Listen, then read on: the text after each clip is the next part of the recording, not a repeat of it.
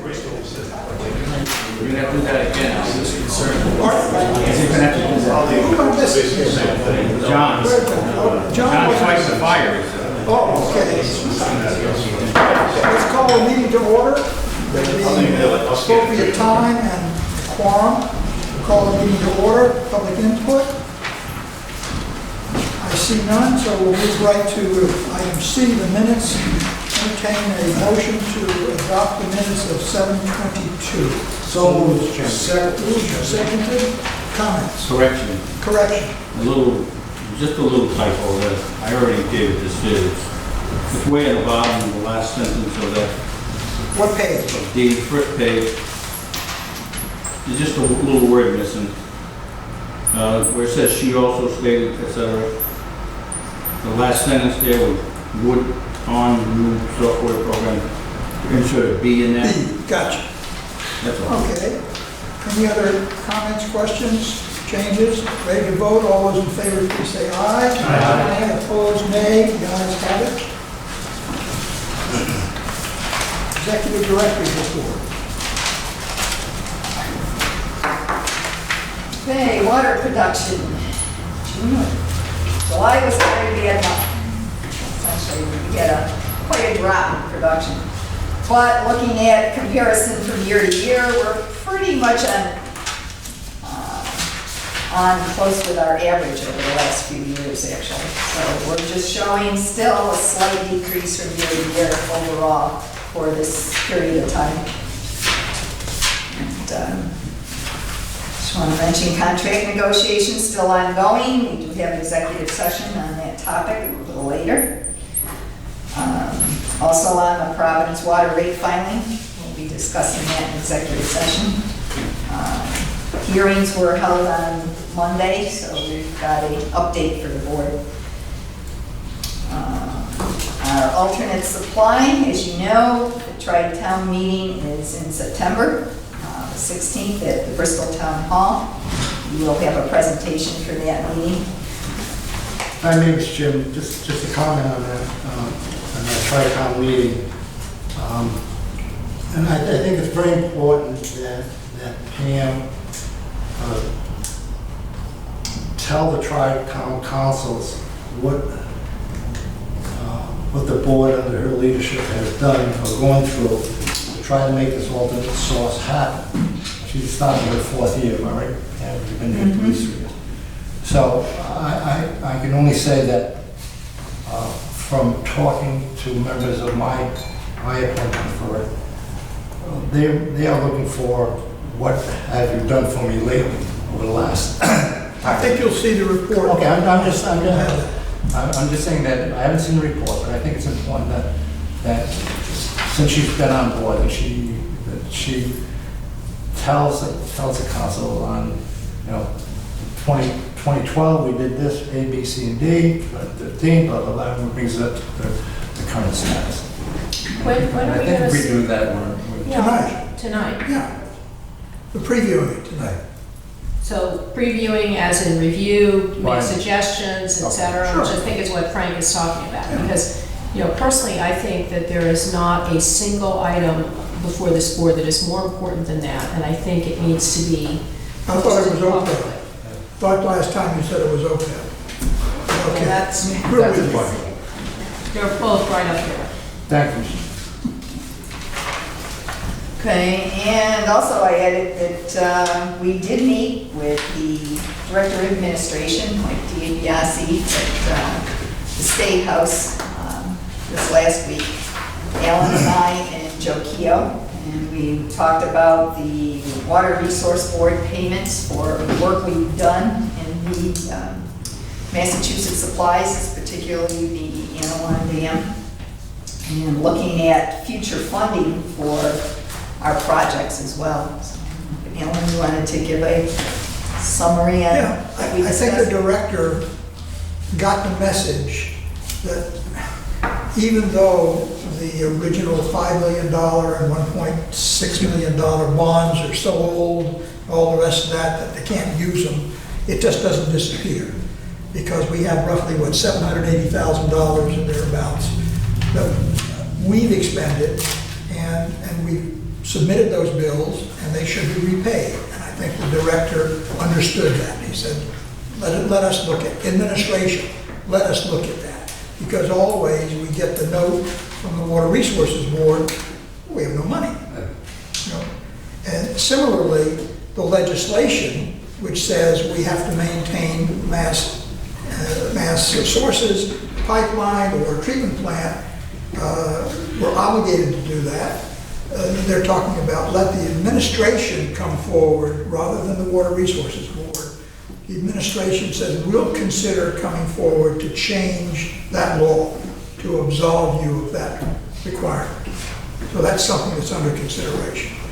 And finally, in terms of financing, we all saw the problem that we ran into in the past, where it becomes an evident issue that it's for water for the East Bay, and of course Barrington's name is mentioned, which is the kiss of death anyway.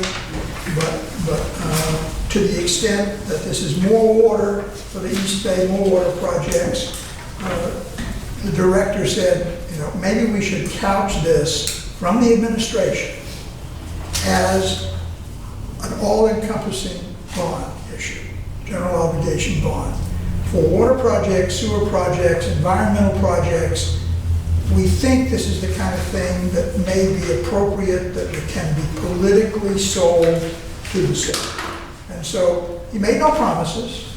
He says the governor's looking for bold ideas. We're here to understand what's going on, understand the problem, but I think clearly he got the message that we had, that we have been shunted aside, we need to be dealt with, and this is a major potential health issue if alternate sources aren't found, both for us and for East Providence. And I think there'll be more that you'll see in the presentation tonight regarding East Providence and their recalcitrance to join this, and what are some of the options about the way it should be played. All in all, I think it was a very good meeting. Joe, you have anything to add to that? No, I think it was a positive meeting. I think they understand the importance of it. You know, there's a lot of competing ideas that are going to the administration, but I think what was important was that they did recognize it, and they understood that it probably does have to be part of a bigger overall plan that addresses, you know, water quality issues and really kind of has something for everybody. And, you know, they talked about different avenues they may have for us to borrow, you know, to get the money needed. And we talked about some of the, you know, the political opposition that we've had and the problems with these problems. So I thought I was pretty positive. They had folks from different areas of the administration too, which I thought was good. So everyone kind of chimed in about what they saw as some roadblocks. So I thought it was a positive move. Thank you.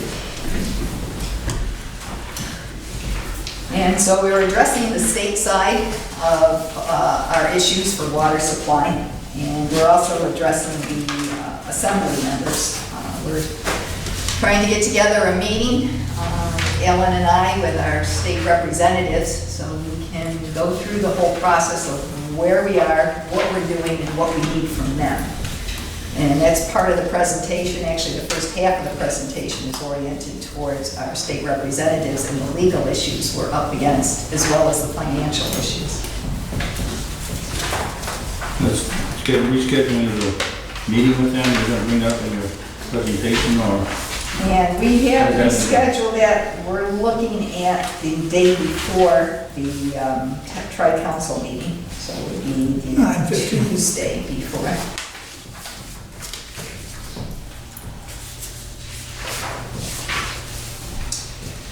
Barrington Bridge, we had a critical article in the Times recently. I don't know why or what it was about, considering there's not much to discuss about the Barrington Bridge. The state is going ahead with replacing that pipeline. Power Corporation has redesigned the pipe for installation on the bridge. The state's putting it out to bid.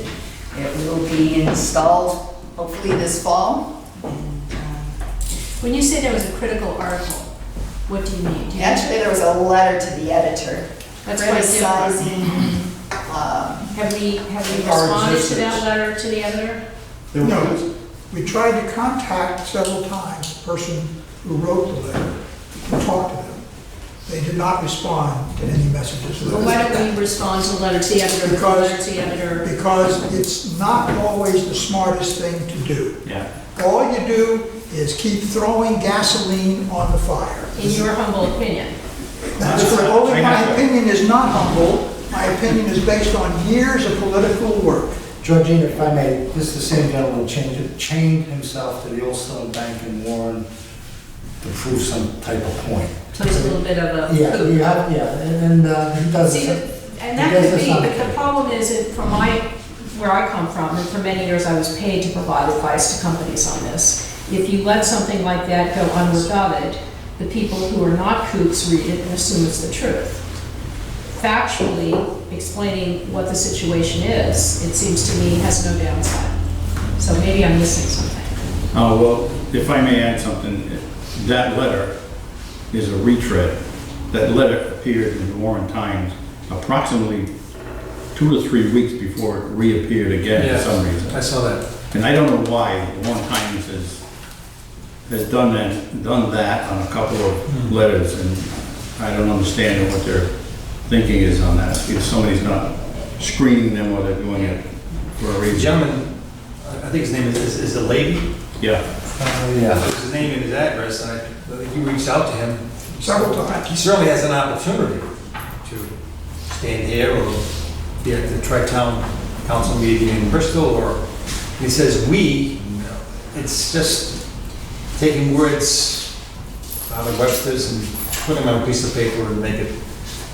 We had those type of letters years ago, See, I but don't they think were you're more gonna, factual. I don't think you're gonna change his mind. But how many people read that letter and assumed it was accurate?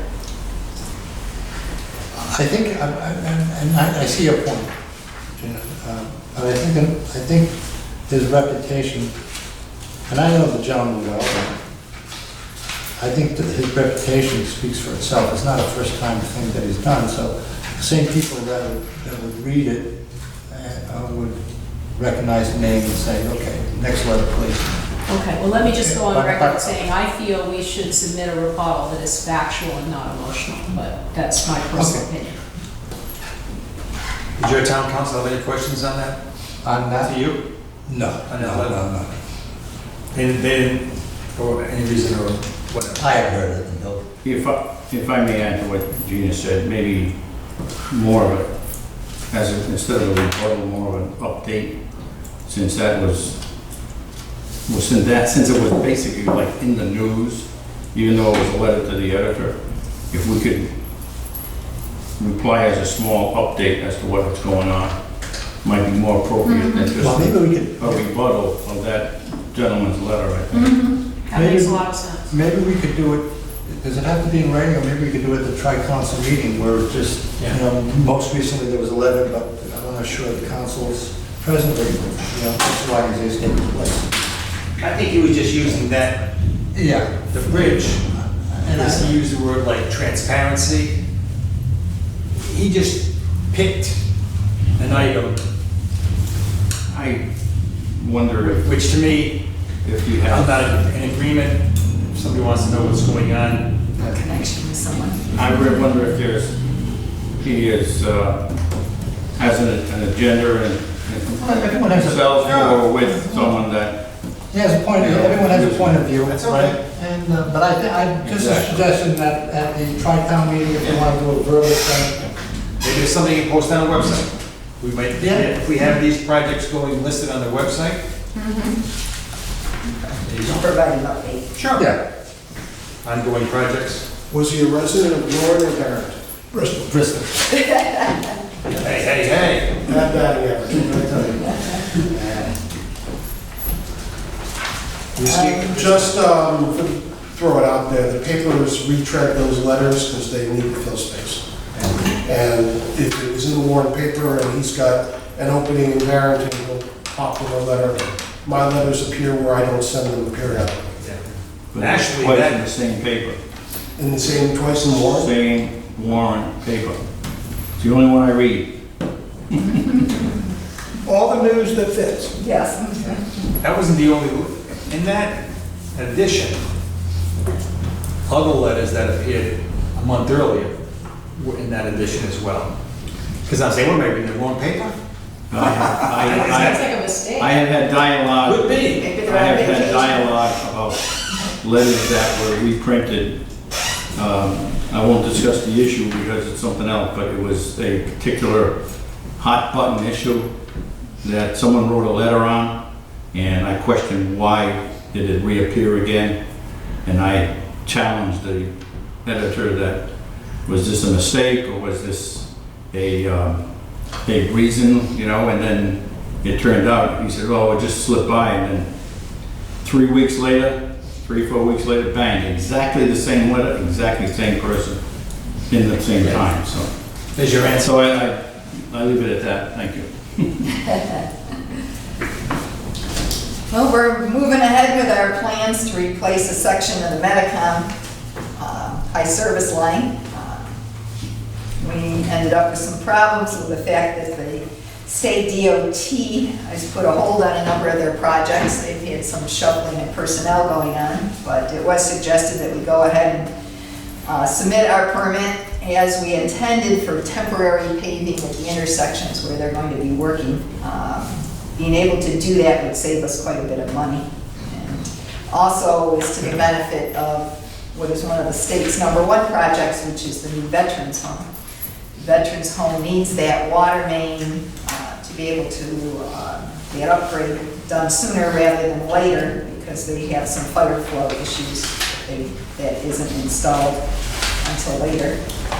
That was in our budget, but not till later, not till a few more years. Pam, can I ask you a question on that? Putting in the temporary pavement, they're gonna increase the cost of the project? No, doing the temporary pavement makes it much less expensive for us. Okay. You're not gonna have to go back, I guess my question is, you're not The gonna, idea is they're supposed to go back and redo those Okay, so they're gonna have to intersections, go and back. they would pave it. all right. And due to the fact that they, we could essentially delay the project because of the cost if they don't agree to allowing us to do that. The idea is they were going to be working with us to make sure this got done on time.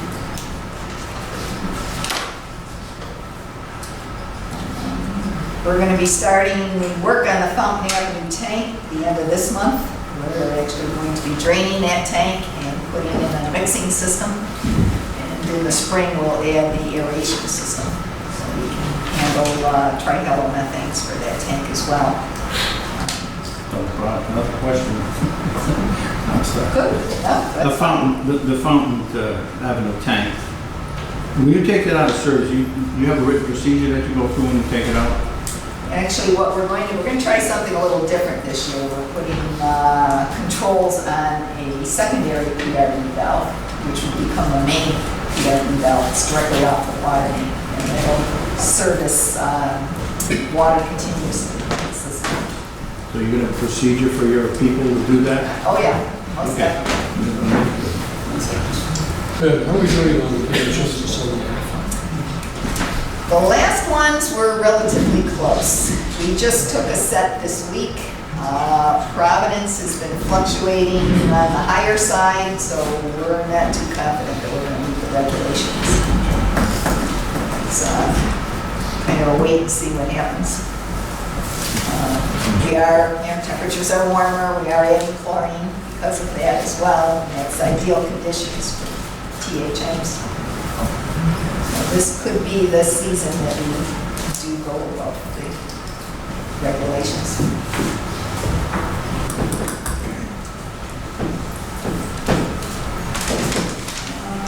Anything else?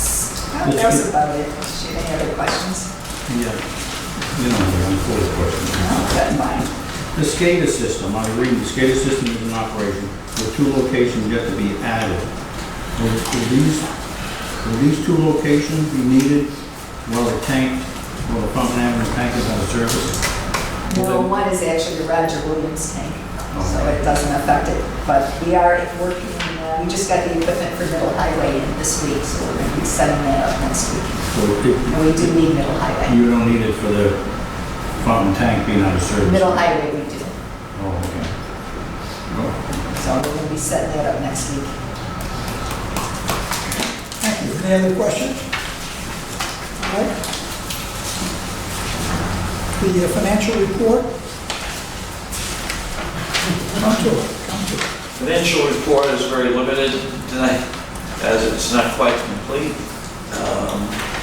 Through vacation time and a lot of the reports I got late, put it together, and this week I spent a lot of time working with Pam on the 20-year forecast, so I'm about 90% there, but the numbers are pretty static compared to what it's been, but I'll have them in the mail within a week for everybody. One issue I do want to, I was hoping to have a draft of the actuarial report on the pension by tonight, which I do not have, and they're facing the same problem. We have vacations and whatever. But I did ask them for what they're going to use as the discount rate for this, basically from July till this June. And they have calculated based on accounting standards that the actuaries go through of 7.5%. And I mentioned it to him, even with the most recent events. And his response is, the intent is to use the 7.5% as developed. The asset allocation is based on your investments as of 6/30/15.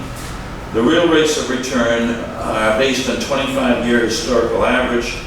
The accounting standards caution that setting of assumptions should not be overly influenced by recent results. So, but what I want to suggest is their report will come in at 7.5%. Rather than go back to them and have them recalculate and for extra money cost, we'll take what they have. If the board decides to just to fund an extra amount of money, we'll overfund it. I can prorate it up to what we think we want to do at that point in time.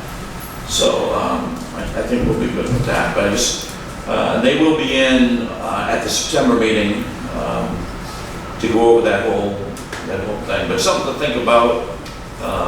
You know, they're going with the 7.5 based on the way they calculate it. So what you're saying, Mark, is to hedge our bet, we're gonna overfund it, so that if it does come below. right, which we did last year. And it looked like a really good idea, then it turned out the other way, and, you know, prophesizing is not So we good.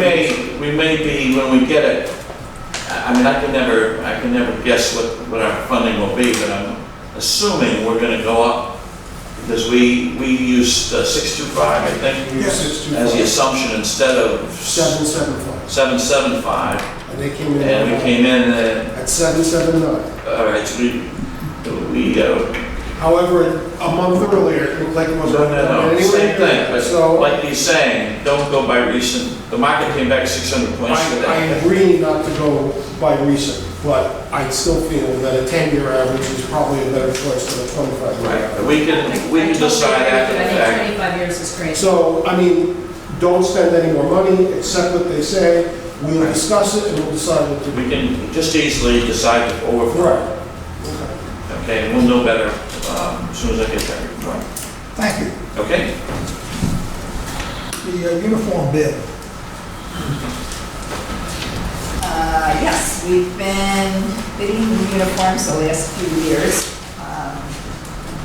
We have a list that we put out for bid of pants and jackets and so on that we supply for the field crews.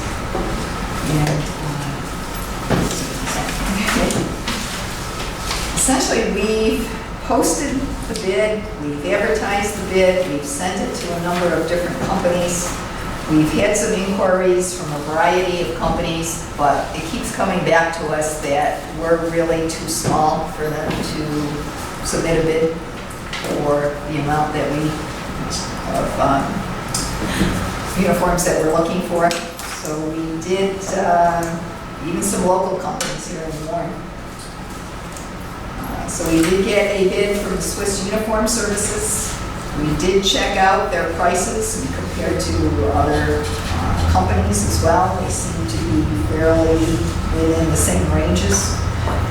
We've used them previously. They've been very responsive, worked well with us, so we'd like to recommend that we essentially award a bid to the Swiss Uniform Services in the amount of $8,500 annually.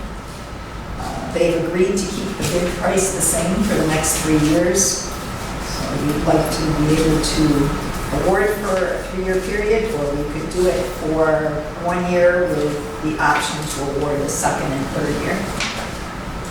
What's your pleasure? I don't have any sense from this information what this covers. Is this shirt and pants with the logo on the shirt?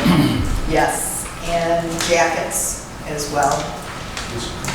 This class, it's big items like a class 3 jacket, which when working in the state, have to have a reflective physical green, insulated, typically coveralls, and the workers would be able to pick between things. So if they got a jacket that's in good shape, a beach jumpsuit or something like that. So that's the nature of the That's what I figured. equipment. And I'm assuming that because of the small supply, it's because you want it customized as opposed to a standard item that just has a logo. Yeah. And why do It's embroidered. If you look at it, presents a good image when everybody looks to it. Well, I was just thinking, can't you get custom patches and have them apply as opposed to? Well, I looked at that, we looked at the company is doing this, and the custom patch is actually more for them to embroider the patch and Okay. put it on. So we checked with all that. This is $1 more than screen printing, I think, and the embroidery will last a lot No, longer. I agree, it's much better looking. So what does this come to per person? Per unit, that would be my. Yeah, I don't have any idea, any way to Oh, per unit. rationalize I the mean, if you're 8,500. buying a shirt, what's it cost per shirt? Or per person? Per person, Is there yes. an Per person allowance total per is, person? yeah, per person total is $350 Per year. per year. And how many, But it's the nature of what there's shirts, there's pants, there's insulated fleece lined pants. So they can choose what they They need. can choose what they want within that limit. So if they've got good pairs of pants from last year, they'll get, and they need shirts, they'll get the shirts. So it works well because stuff will get ruined with asphalt stains and things like that. So I'd like to get a motion on the floor before we finish discussing it in detail. Is this for 3 years? For 3 years. Okay, Second. Second. All right, Second. further discussion. I just want to say that I told Pam I wasn't going to support this, but I was under a misimpression of what this exactly consisted of. I thought this was like a rental uniform system, but spoke to Ken and he said it's a one-time purchase thing, so. the employees clean their own clothes. There's no future maintenance on it. So I And just I wanted think to this put is that. required in the union contract, if I'm remembering correctly. there's a uniform committee that we have that we agree. I mean, it's reasonable for what the nature of the product is used. Ready to vote?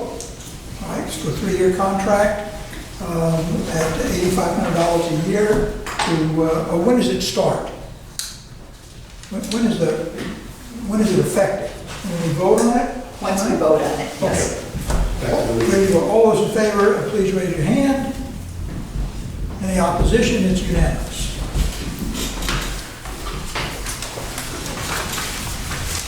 Item G, emergency connection.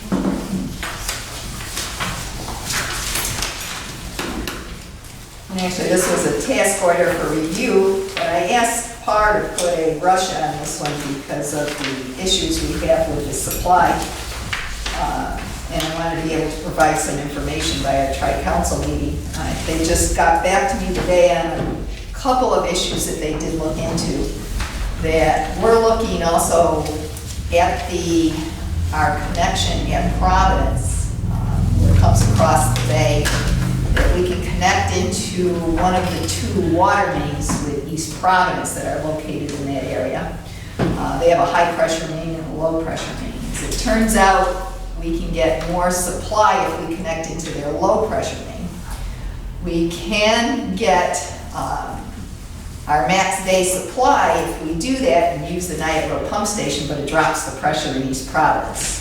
So it goes to show us we can't get all the water we want or need, but it does help us as a backup supply. So once we finish this study, it's one of those connections we're going to be looking at installing and working with East Providence. We would have to set operational parameters as to how much water we could actually use so it doesn't affect their system. As we are also part of this contract is we're working out a operations procedure for East Providence to use the emergency pump station, which uses our supply from our crossfade pipeline. And that also is based on how it would affect our supply and our pressures as well. So we have to set limits and how we're going to operate both ways as far as that goes. If I may, who are you in dialogue with regarding this issue with these problems? The council or the mayor? No, with the town manager and the DPW director and the water system director. Ultimately, I guess the town, the city council would have to get involved, would they not? Not necessarily. We would just be looking at making an interconnection to their pipeline. Okay. What the town council would need to get involved in is we would still like to build that pipeline to their storage tank, in which case we would have a direct connection, in that case, to their crossfade pipeline, and they would have a direct connection to ours. It would resolve all these issues of low pressure in both directions, and how much limiting amount of water that either of us could take. Need a motion then for the $37,600? So moved, Chairman. Second. Second to Joel. Any other discussion? Yes, discussion, Please. question. The cost of this, do I understand it that the half of it would be picked up by Water Resources Board?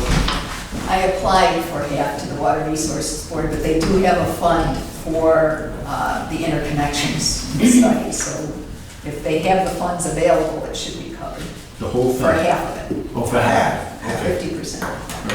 I was reading all the scope and the specs for this bid, and there were some very clarifications on it that I thought were pretty good. I'd like to point out when you look at the scope of work. What page do you want? Well, it's the second, It's a top scope of work page at the top. yeah, it's the first page after, Top is in yeah, they're not maybe, but it's What's that? attachment 1, scope of work. Okay, That last statement, I think, is very, clarifies what we're trying to do here. Where it says, finally, the BCWA would like to know what modifications would be necessary for Pawtucket Avenue State to serve the BCWA. I think that's something that we ought to emphasize when we're discussing this with the tri-town. You know, what we're trying to do at this point in time with this particular bid. So I just want to point that out. It's kind of clarification. And I had a question down below where it says task 1. On the number 2 item, where it says a scenario where both systems are supplied by the East Bay Pipeline. Are we talking about the one that comes across the Warren River? No, East Bay? that's our pipeline coming across from Providence versus the Cross Bay pipeline, which is East the Providence. twin pipes. That's what I'm trying to clarify. The Cross Bay Pipeline is the one It's that's East Providence. East Providence. Now, the Yeah. other one is And where? the East Bay pipeline is ours, that comes from Providence to East Providence. To It's East actually- Providence? It's actually located in East Providence, but that serves BCWA. Where the golf course. With the golf club. With the golf club. 6 old golf clubs. Okay. I wanted to clarify that. It can get confusing. Yes, you can. I want to make sure there wasn't some sort of, misrepresentation. Right, and part of the deal for us to get permits to run that pipeline through East Providence, we agreed to build them a pump station Right. for an emergency, so they can use our pipeline to pump into East Providence. that's what we're trying to set operational controls on, that they can only use it in certain circumstances, and what those circumstances would be, and how it would affect us pressure-wise if they were to use the pump station. Do you have a seat of the pants estimate, if we use theirs or if they use ours, what percentage of the total requirement for summer water either community could draw from the others? 50%, 20%, 80%? It depends on the situation, but I'd say probably 50%. Because I think, personally, I think all of that information needs to be spelled out in one document, whether it's what we have not seen yet or a later iteration of that, so that we can see scenario A, scenario B, scenario C.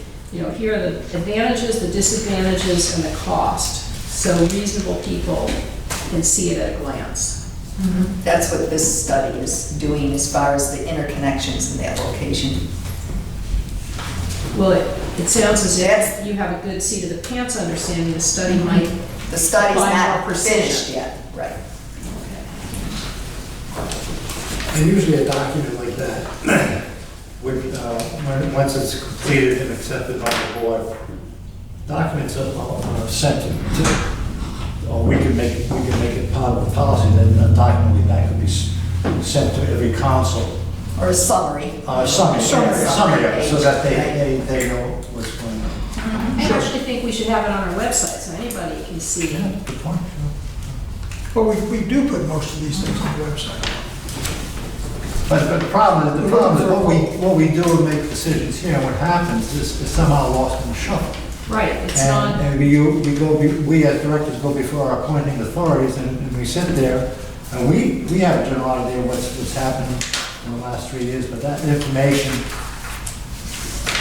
they sit there and say, I don't know what's going on, what have you done? yeah. It's very frustrating for me, as, you know, as a director from Bristol, because I've been around for a few years, and I know what we've attempted to do to Sure. make it work. Especially with this issue. All three councils Yeah. are really on top of it, so. I don't think we've done a good job keeping them updated and giving them the full picture. Well, there's no doubt we're so transparent, it's ridiculous. I mean, we send every, Yeah, but it's like, you know, a 72-chapter novel. You have to go back to chapter 3 to know where you are, and we ought to be able to put it in a succinct, easy to understand, here's where we are. The trouble is, it isn't easy. yeah. Is there a way to prioritize the information so that the most important information is easier to access? I mean, that would be a partial solution to making sure that we as directors don't walk into a meeting and not saying, what the hell have you done for us? And we don't When know. we know, we sit here and we know, like this issue we're discussing now, we know we're setting the plan in motion, we know information is going to be coming, but that information, once it gets here, should be moved to the next step to our point. I don't think our town councils are interested in the uniform deal we just did. I think they're interested in the big issues, and I think there must be a way to prioritize what they need to see. Because, like Georgina said, if the issue is resolved or we're working on it, put it on our website. So when our appointees. You know, for instance, on the bridge, why don't we have something that gets updated each month with what's happening with the Barrington Bridge situation? We have been doing it. I've been telling Well, you. what she suggested was the website. The The Barrington website, Bridge, the website. this is what movement has been. Right. The water across, this is what movement has been. Alan, it's very frustrating. Where's our IT guy? How many people are looking at the website? Do we have any numbers on people, how many Numbers, in people? my opinion, Alan, numbers have nothing to do with it. No, I just asked, being able to how say many people are assessing the website? Just for us to be able to say to our appointing authority, We the put it on information, the website. the information is there, it's on the website. I think we put every report that we generated, it's been on the website. Well, we Well, can't that's make like that a statement. congressional unless- record, it's not necessarily user-friendly. Right. And so the question would be, how much we want to put on in summary form, and just kind of come up with some ideas. There are half a dozen issues that are important to everybody. Right. And the rest of the issues, while we have to deal with them and deal with them as we should, they're not of interest to the general public or our town councils. What you want is an answer to the question, what have you done? It is in a user-friendly format on the website, answers the question. Joe, we go before our, last meeting we had with our council, why are the rates going up? I mean, everybody, for 15 years, we emphasized water-saving widgets in your shower, in your toilet. So now everybody's got them. Now, we're not using as much water as and we're trying to do this twice as much work underground than we've done before. Of course the rates are going to go up. But you gotta say, it's very frustrating for me to sit there and listen to a council elected official say, how come the rates are going up? And I have to say, well, you know what, I think put you're your toilet with a gallon and a half, you got a widget in, take all the widgets out. Let's reverse the process. Tell every customer and take all the water saving things out of it, and you'll be using more water, we'll get more revenue, and the rates won't go up. I don't think it's gonna ever solve the problem. I agree. I don't think the answer is There's 15 different councilmen there, 15 different ideas. They have And they 30 change. outlooks. 30 different ideas. You know, give you just an example of how, just recently, last month, they had a serious fire right downtown in Bristol. They had all the water they needed. Nobody bothered to say, oh, the water authority redid that line on Franklin Street. It was right at that intersection. Now if that hadn't been done, oh, we would have been beat up. If the fire was across the street in the... We would have been beaten up. Why didn't they do something about that line? But they didn't, I don't think they take that. Take things for granted until they don't work. We know monthly, on our monthly report, the main lines that are being replaced and relined and stuff. And that costs money, and Sure. you know. I think you're gonna see some of that in this report that we're preparing for you. I need a vote. Any other discussion Make on a this? motion to approve it. So we got a motion on the floor. This is the proposal for the $37,600 to borrow. All those in favor, please say aye. Aye. Any opposition? It's unanimous.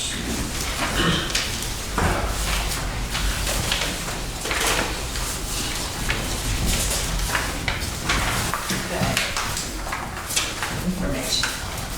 Tri-town meeting, you saw that. That's coming up on the 16th. Yeah, this is where we can go through the presentation. Okay.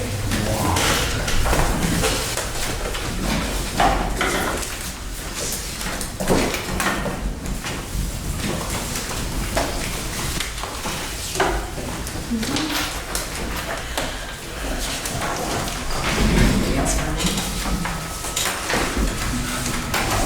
Pass it on. To Joe.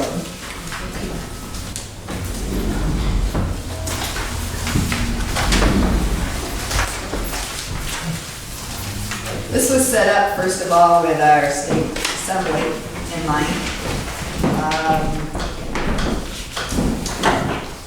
Got two parts to the presentation. First is on our alternate source of supply, second is on upgrading our infrastructure, which is more oriented towards the councils for that portion. But first of all, when I first got here, our issue was we were still spending money on the Massachusetts supplies. The treatment plant had been shut down and was not really operable. We were depending on our Providence water supply and then looking at, well, what we were gonna do for a backup supply. If we took a good look at the Massachusetts supplies, pretty much saying they're not really viable. First of all, the water quality is poor, the supply is poor, and the cost to upgrade the infrastructure is astronomical. And starting looking at numbers, we ended up looking at around $50 million.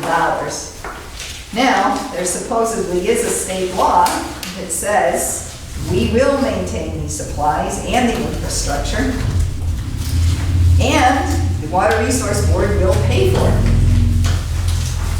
We've done that all along. Except, there is a clause in that law, which I didn't add in here, I put the law in here, that says only if the state appropriates the funds. So if the state doesn't appropriate the funds, we're still on the hook to maintain those supplies, in which we gotta into a lawsuit with the Anawan Club to fix the dam, so we went ahead and fixed the dam, meanwhile informing the Water Resource Board of all the costs involved, and that they were involved in a lawsuit, and we expected reimbursement.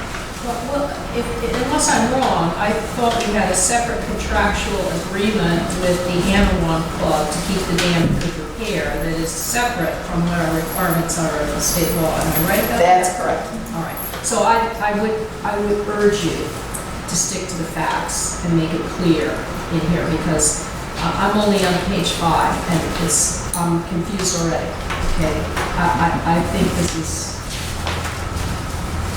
Okay, when the Cross Bay Pipeline was installed, the legislation to allow Bristol County to install that pipeline across the bay and the financing for a portion of that by the state was set up under the Bristol County Water Act. Under the Act, Bristol County was required to maintain the Massachusetts supplies and all the infrastructure related to those supplies. Meanwhile, Through we had legislation, through legislation, which can be changed. That's what which we hope can will be changed, which we attempted to do last year. I thought we attempted to do 2 things last year. I thought we attempted to change the legislation and provide an alternative. That's correct. Okay, because there may be other options, such as eliminate this requirement as step 1. That's correct. Because it's not viable economically. It's not viable economically for anyone. There are elements in the state that don't want to give up any water supply for any reason. And When you say there are elements in the state, can you tell me what you're talking about? Is that Massachusetts? Conservationists. conservationists in the state, Out, Rhode Island or Massachusetts? in Rhode Island. And, Massachusetts would love to have us give them up because they want to take, they always felt we were stealing their water. The dam was built on Swansea Reservoir in the late 1800s by the water board back then, Bristol County Water Supply. We still own that dam, so we still are responsible for it, irresponsive of legislation.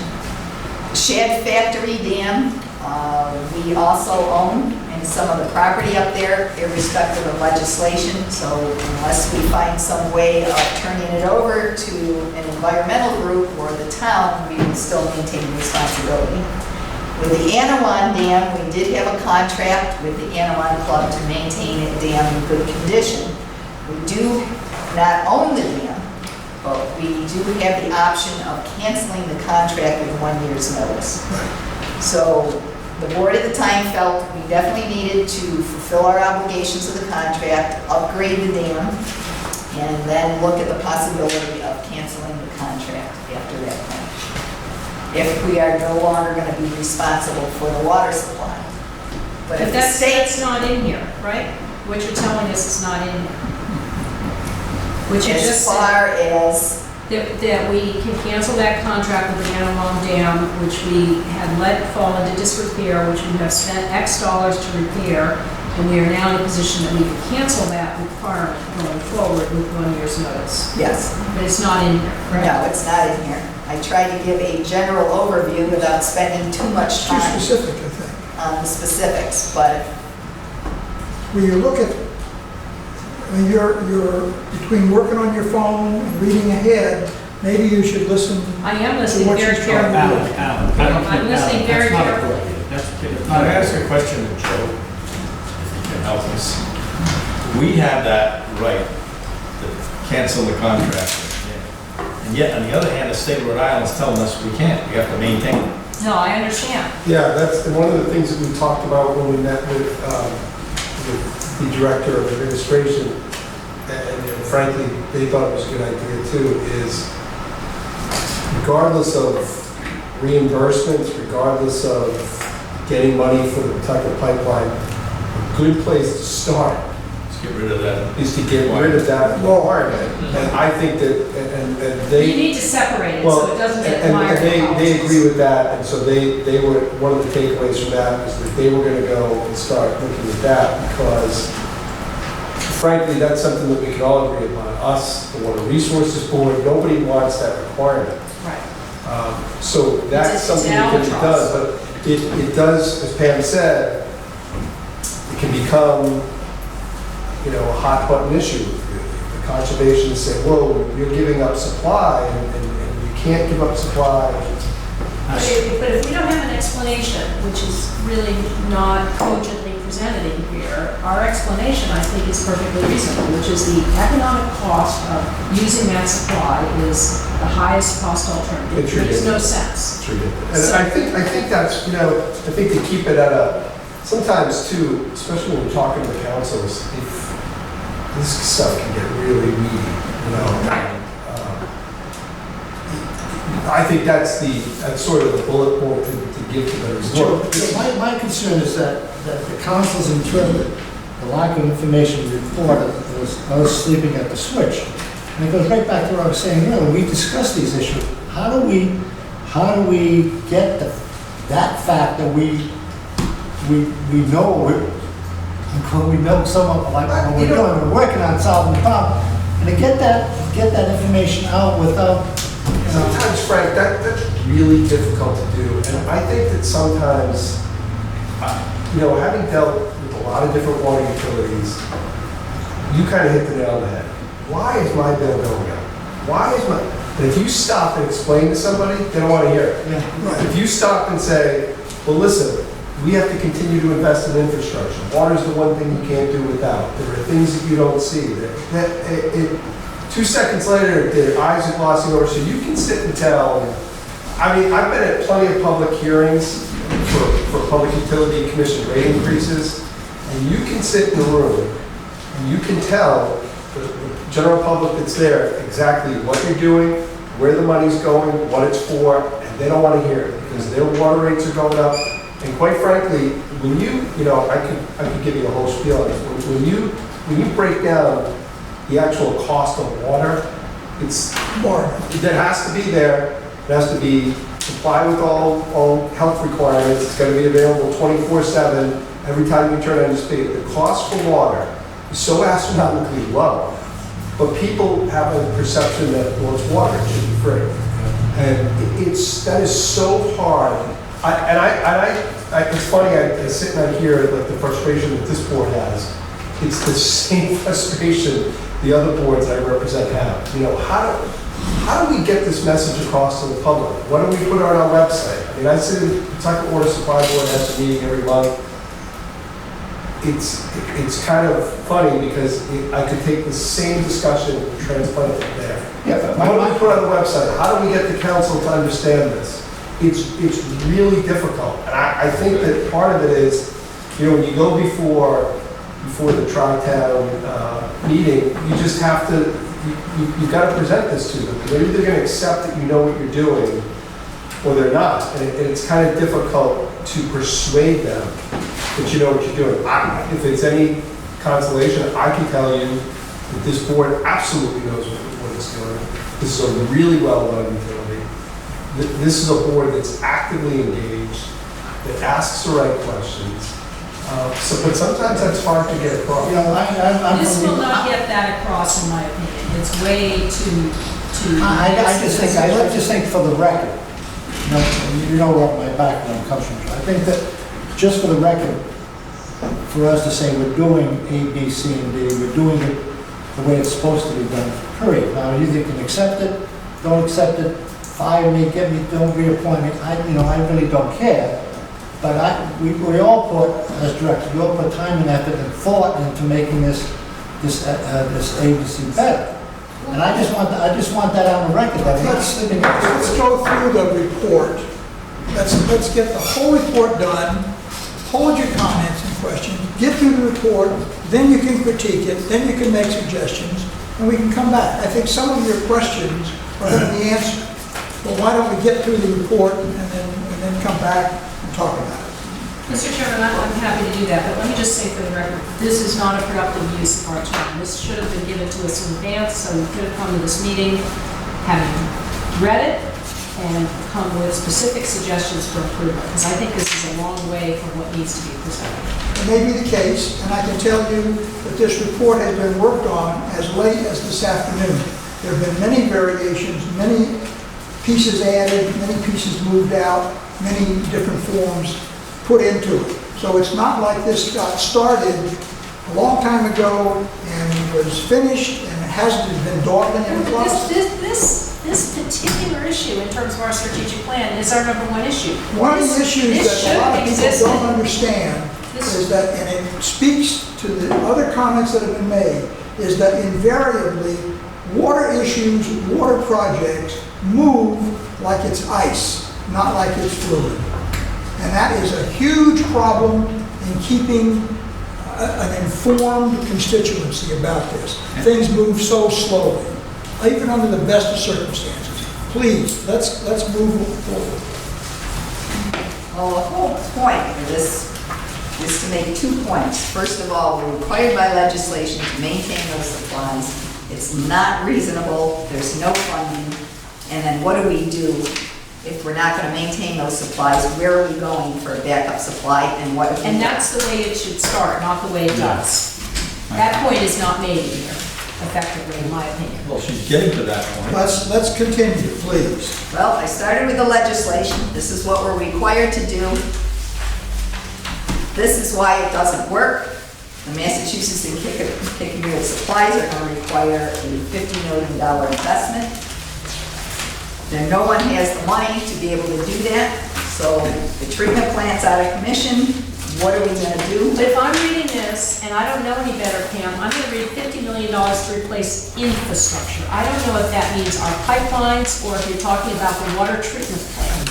I think you're talking about the water treatment plant and And the fixing pipelines. Well, if you look at the next slide, this is a presentation, it's not a I report. thought we're talking about alternative water supply.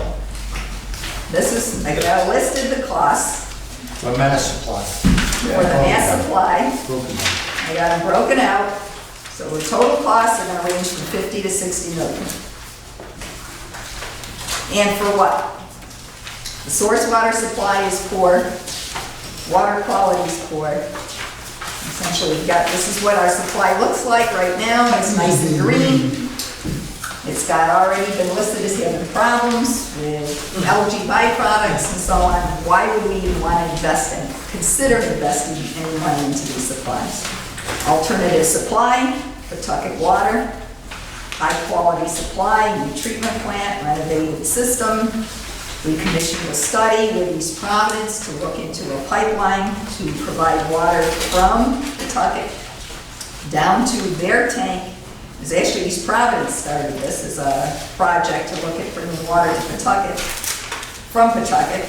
And then we looked at adding on the piece from their storage tank to our interconnection with our pipeline. And that was a piece that should have been done back when our pipeline was constructed, to integrate the two cross-bay pipelines as redundant supplies. So there's two pieces to this project. And, second page shows the phase one project is to interconnect the two cross-bay pipelines to provide redundant supplies for both East Providence and BCWA. That's a critical project that needs to be looked at this year. Part of what we're doing with this study right now is evaluating how much is available through East Providence under the existing conditions and what connections we can make when this pipeline is put in. We looked at cost estimates. This was part of the CDM study that was completed last year that looked at the total overall cost would be $27 million to build this pipeline and all the interconnections and the treatment processes that would need to be installed for both East Providence and for BCWA. We looked at if the cost split options, how they would fall out, and then if the state was going to provide a 50% match, we were looking at about $4.5 million as a cost to the Bristol County customers. Board also asked me to take a look at what would be involved if we did this by ourselves.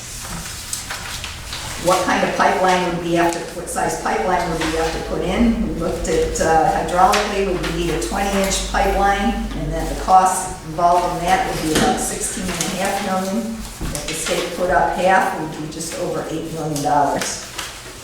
versus the 4.4 million. But discussing this, it's even with state representatives and members of the Water Resource Board, and even ourselves, it doesn't make any sense to build a 20-inch water main when East Providence is actually in a situation where they're going to be more in need of the water than we are at this point. Their Cross Bay pipeline is under risk because they've got steel mains on the surface of the bay, on the bottom of the bay, subject to exposure to anchors and draggers and so on. They have valves that don't work. Their connection is about 5 miles into the city of Providence with a single concrete main. And concrete mains have been at high risk in the Providence water system. And they've inspected all their mains and had to do significant repairs. The East Providence main has never been inspected. So the fact that the state would contribute to our building a 20-inch main is not likely. So it's pretty much taken out of the picture, and we're looking at a 30-inch water main that would service both Bristol County and East Providence. And then we're looking at the options. Our big problem has been East Providence is not interested in financing this main at this time. So what do we do as the water supplier that's at the end of the system, essentially? How do we go forward with our needs and our building of a water main? So I've taken a look at some of the costs involved.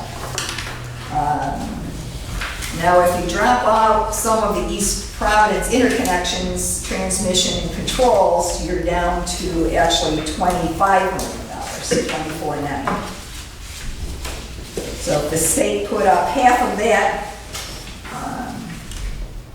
you're looking at $10.8 million. If, say, Bristol County was to build this main entirely on their own.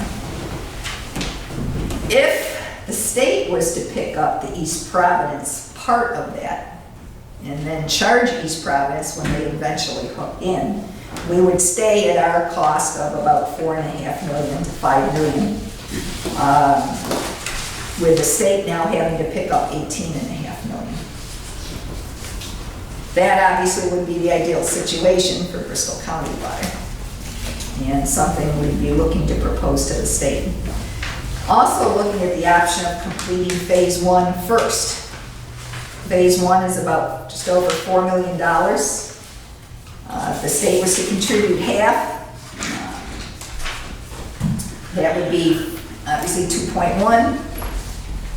If East Providence was to go in with that, it's just over $1 million each, with the state contributing half. Now, if we're in the same scenario, if we could convince the state to put in for the East Providence portion of that, we would pay our share, the state would pay half, plus East Providence's share to collect from them in the future. That might be a possible scenario, especially with that amount of money. I think it's much easier to convince them to put in $3 million compared to $18 million at this point. But What page are you speaking to? I'm a little confused here. pipeline cost scenarios.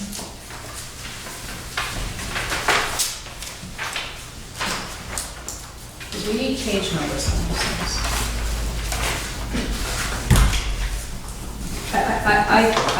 I'm looking at this grid, even listening to you, I'm finding it confusing. I don't, because I'm familiar with the project. Well, then you Let's must keep have an going. understanding of how hard it is to tell the councils what we're trying to do. I couldn't agree more. Let's keep going. Okay. The first 2 columns are the total costs of the project. Pipeline overall cost is $27 million. Then it's broken down into East Pawtucket contributes part for their section of the pipeline, East Providence would contribute part, and BCWA would contribute part. If the state contributed half, it's broken down into which each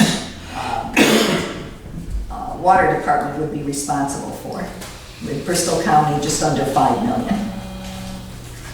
Without East Providence building the 30-inch main, with Pawtucket still building their section. Bristol County paying for the entire pipeline would be 21.6 million. If the state contributed half, it would be 10.8. If the state picked up East Providence's section, it would be, again, just under 5 million. Do you have some reason to believe the state would pick up East Providence's section in order to do a 30-inch pipeline? No, except for the fact that they don't want us building a 20-inch pipeline that would only service Bristol County Water. And that would be from a planning standpoint. Oh, I agree, it would be a disaster. I agree, I just didn't know if the state has any authority to force East Providence to pay, or merely to pay for the 30-inch and then force them to pay should they need to use it in the future. I don't think they have any foresight as to doing anything like this at the time, but I think we need to suggest it as an option, as a way of getting this built, and that would be fair to all parties. Yeah. All that recent work just done in Newport, Portsmouth, all that, right? Did the state pick up any of that cost? No. And we shouldn't expect them to pick up any of ours. Well, we're under a special program that's called Interconnections. There is legislation specifically for construction interconnections between systems, especially for backup supplies. And that's how we got our connection built with Providence, as a matter of fact, and they funded part of that. They are looking at changing the legislation to facilities as well, which would, in case they could contribute more to systems doing infrastructure work. But this program was specifically for interconnections.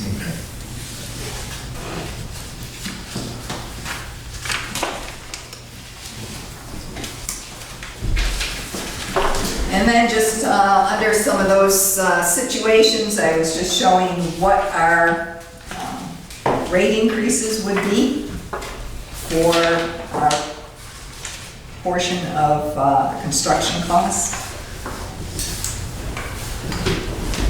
In other words, for the 4.7 million under the 5 million, our rate increase, well, 4.7 would actually be 2.8% of our future rates would be with the state match. That's just associated with the pipeline. Right. Associated with the construction of the entire pipeline. If we only paid our share, which is estimated about 5 million, which is including East Providence or the state paying their share, we'd be looking at less than a 3% rate increase, which is actually already included in our future projections. I haven't included anything more than that at this time until we have some better idea as to where this is going. It'll be a single step increase. It's actually based on the bonding costs, right? So it was actually, that would be, it's essentially a single step. Yes. Thank you. We're between a rock and a hard place. There's no indication that East Providence or the state want to contribute at all to this program. Your numbers are very good and very accurate. The problem is, one, the eyes here we're glossing over. You can only imagine what the town councilors are going to do when you give them this much information, which they're not going to be able to process. That's my only real critique of what you were doing, is that perhaps it's too much information for the audience. Second, what I would do if it were me, if we have you laid out our options, that Massachusetts is not viable, that we need a secondary source, and these are facts and they are not in dispute. Pawtucket is the best source, and while it would be ideal for East Providence to pulling up what is going to be its share, exactly as you said, that would be wonderful. But in all likelihood, we're gonna come in here and the state's gonna say, we're not appropriating money, and East Providence is gonna say, we're not going to pay any money. What I would do from a political point of view is present the options in those stark terms and ask the town councilors what they would do in this situation. I totally agree with you, and I think you need to start with the premise that we have this unsupportable obligation in Massachusetts. We need legislation to relieve us of that, period. Separate that and then present the alternative exactly as Joel outlined. You have presented the situation correctly, and ideally the solution is exactly as you presented it. If East Providence does what it should do, and if the state would do what it should do, then we would be able to do what we need to do. But we are here, and the reality is that East Providence and the state aren't going to play. And our town councilors, as Frank has pointed out, are very concerned and they don't understand. Well, guys, we work for them. If they've got a better answer, I'm sure we'd all like to hear it. One of the answers you're likely to get is that we should move ahead with phase one. And then that's probably what we... Because that's a small I think that's piece exactly what we of should the do, and I apple. think we need a call to Because action here instead of it takes maybe. time to make all this happen. I agree. And I think the phase one, exactly, I agree with everything that you said. We need to be cognizant of our audience. And don't tell them what's going on, invite them to tell us. Have them, if we could get lucky and they could have the answer, I would not count on that, but we don't have an answer. This is an impossible situation. There is no solution. I love solutions, all right? But I don't believe the state or East Providence are going to play with us. We have an answer, we wanted to check it. And Alan, to your point, there's nothing in here that would say, move ahead with phase one. What does that cost? What's the timeline? And What you're are- worried about Oh, that's there. That's right there on what you've been talking about. But we want to get them It's not thinking spelled out at that way. it. We want the town councils to think at it from a different perspective. We want them to be participatory in saying, you guys fix it. We have a situation we can't fix. They've got to help us. We can fix it if you give us 50 Joel, that's part of this craziness about this. They come to us 8 months ago and say, whoa, you guys are doing a great job. Oh, fixing these lines, putting all this in, and then six to 8 months later, how come the rates are going? Exactly. You know, you're doing a great job. You're doing all that. If our town council, I'm not stupid. You have someone, is Mary Pearl still on town council? Yeah. She's probably been there from the inception. No, never show. Okay, so there are people's council, Dave Farish, Joe Pasquale, Barrington, the town president, they've been following this. When it could have been in either 2009, 2010, when Pasquale was here, when we first started going through the classes. We had presentation after presentation. He had diagrams, he had maps, he had slides of beginning to end what every ratepayer is paying for when they get their bill. They didn't want to hear the cost of the pipeline. I ran into one of your town council reps a month ago, and we spent maybe 10 or 15 minutes talking about the tri-town council meeting. And at the end, he said, and you got to tell us why rates keep going up. They know it. They know why they're going up. The problem is, they want to tell you that they don't like that rates going up. Gas can go up, electricity, but everybody pays when the rate goes up. Here, we're supported by someone who turns on the faucet in the morning, takes a shower, someone who opens up a business. Those are the people that support BCWA. Very small group. Someone says, we don't like that we're the only ones having to pay for what we use, for what we drink. And that comes down to the simplest nutshell. So I hear what you're saying. They're not stupid. Providing them with the simplest information, because they already know the background. They want to know what's coming and why. And that there isn't an answer. And No, they because also- part of that is they say, we own it, why should we have to pay that?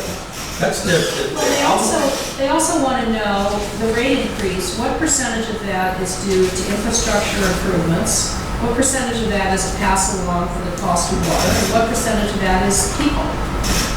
The only thing that's on the agenda is this pipeline.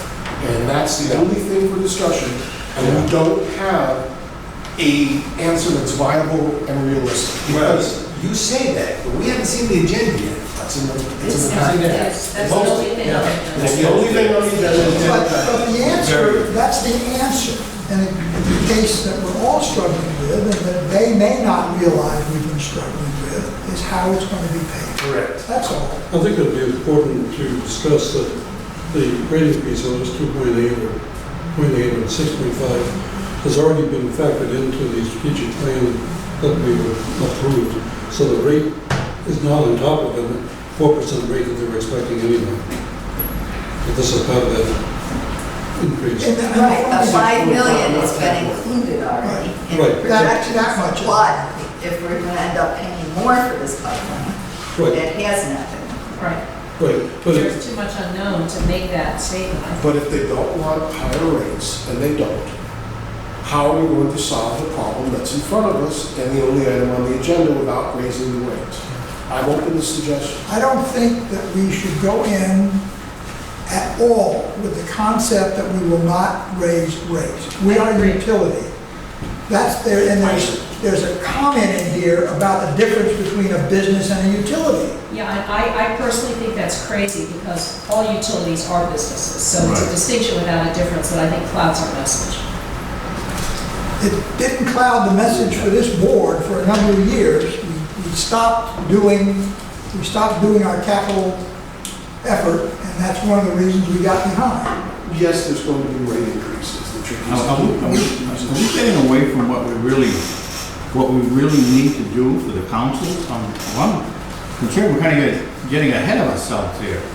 I think they really want to know what steps are we going to take to get They an wanna know what alternative the supply? alternatives are. And I think that the rate increase and all the rest of that, everybody's going to realize that if we're spending money to tie into an alternative system, it's going to cost money in the long run. But I think they're really concerned, I hope they're really concerned, with the fact, how are we going to do this? I think this is the real issue. Well, What is our plan to do The this? two things that we have put into motion, one, we met with the Director of Administration in the Governor's office. So we brought our problem directly to the highest level of the state, other than talking to the Governor herself. The second is, and it's taken us an awfully long time, 2 months to make this meeting, that we finally got a meeting set up with the legislators. And we're going to bring them on board, make them aware of the situation, let them know what we've done with the state, so that we're trying to convince all of the representatives and senators of Bristol County to deal with this, what we're up against, so they know what we're up against. You just started the opening remarks. I mean, that's basically what they probably need to hear. What steps have we taken? That's the So latest and instead stance. of getting into a lot of this dialogue, we really need to let them know what has happened since all those other meetings that they attended. Ray, you know, you say that, but I forget it was in 2013 or the beginning of 2014 when we had our tri-town meeting in Warren. Shortly after that, Barrington and Bristol came on board. Warren never would until they had, from the city of East Providence, town manager, blah, blah, blah, until and they never got it. And it took us, I think, until February, March of this year. Different council. Oh, I understand that, to let them know that we had something in writing that they weren't going to support it. That's all Warren was waiting for. And actually, all we wanted them to do was to support the bond issue that was going to give us the opportunity to get the money. Correct. If we ever went ahead with it. You're absolutely right. So we can tell them, till the cows jump over the moon, what we're going to do, what we want to do. Someone's going to say, well, why can't you do it? Well, then that's what comes after the fact. Okay. That's what comes with, okay, if they want, I don't think that the three councils are in the state of mind right now that asking the question of whether we need an alternative supply. I may be wrong, but I don't get that feeling that the council's a Bristol is question. not gonna ask that I think they No, really agree with definitely it. not. They already passed a resolution, said go ahead and do phase A. So we need to get beyond that, worrying about whether we have to sell them on the fact that we have to do that. I know that was an issue with the Warren Town Council. Old members that are no longer on the board had questions about that, wanting to keep the same supply. I don't think that's the issue, though. No, it's. So we don't really have to go back and sell them on, the problem is with the treatment plant and the Massachusetts supply. I think we're beyond that. We need to go ahead and, like Alan started it off. What have we done in the meantime since the last Tri-Town Council meeting we had? You already spoke to that. Now, maybe we can anticipate some of the questions that may come up after that. Cost questions. I don't even know if they're gonna get into rate increases. How the hell can you predict that so far ahead? Usually somebody from each council wants to know that. I think that's a very I think all we valuable. can say to that is it depends upon what it costs, and there will be rate increases. We can't project them at this point. And the longer it takes, the more it's gonna cost. I think the rate, If I may, are you saying that Warren is now, as the council is constituted now, the Warren Council is behind an alternative? I don't know if they would pass a resolution, but I feel that what do you think, John? I wouldn't count it at this point. Because the problem is that 3 communities own the authority. Okay. 2 have on a record are supporting. And if the third doesn't do it, then those making decisions on where the money's gonna go is gonna say, because I'll say, oh, you're not gonna die. I mean, you guys can't even make up your mind to come to some type of conclusion of what you wanna do. And you want me to give you the money now? Yeah, that's what the water And resources. that's, believe me, that's what's happening up there. That's what it was. Unless all 3 of us own the water authority, are together, then our legislators can go up and say, as a unit, we have this, So back to what Alan said, the ball's in your court. What do you want us to do? I mean, Are you gonna support what we want, if what we're proposing? if you don't get 3 towns support, we'll be spinning our wheels. I month after month after month. I don't disagree with you. So guys, where I come from in the corporate world, if you present a debt to somebody, you ask for the order. This does not ask for the order. It does not present the headline of this is a crisis, and it doesn't say what we need from you. And I don't think the information is presented clearly and succinctly in a way that is compelling. I think there's a lot of information in here, but I think it's disorderly. And I think, and Georgina's right, we are, in my opinion, at a critical stage of providing an alternative source for future generations from Bristol, Warren, bound. And I can't believe that people that are making the decision can't accept that fact that water is a critical issue. And it's very, very, very, very frustrating for me. Is it fair to say that we are at the verge of the next cycle? That is the legislature. They come into being in January. It's this next round, the next votes next year, what goes on the ballot. All these things need to be put into motion now in order to get there. Alan, you've been to the junior prom 100 times like that. If you're sitting up there, and I'm not gonna give you a dime unless the 3 towns are on board collectively on a direction they wanna take. So 2 out of 3 doesn't get it from me. Next item agenda. I think we have no problem. And you missed the whole legislative session. I think we have no problem And it'll be July, and you won't get with our it. legislature. I don't think we have any problem. No. If they don't get the council support, the legislators on the other side of the state are gonna say, That's you it. guys take And that's it. critical. That's it. And it's critical, because the session starts in January. And if our legislators can go up there and collectively say, we as the Tri-Town are behind this project and turn to say, and then they can do what they have to do in committee to make it work. And you know that, Georgina knows that, everyone at this board knows that that's how the system works. But if we don't go united, forget it. January will come and go, we'll be sitting here next year at the same time, talking about what we're gonna do for 2017. See, I think we need to do 2 things. I think there needs to be a sit-down with the Warren Town Council before the Tri-Town meeting to to deliver the message you just gave very eloquently. And I think we need to rewrite this so it's succinct and it's a call to action. I'm happy to help you with it. I regard this as confusing.